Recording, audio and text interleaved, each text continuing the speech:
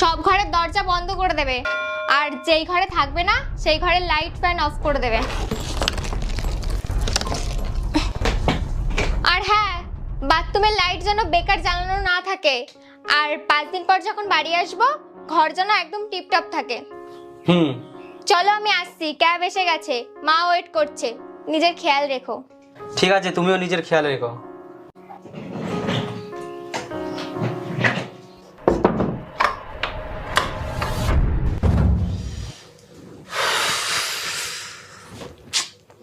গিয়েছে।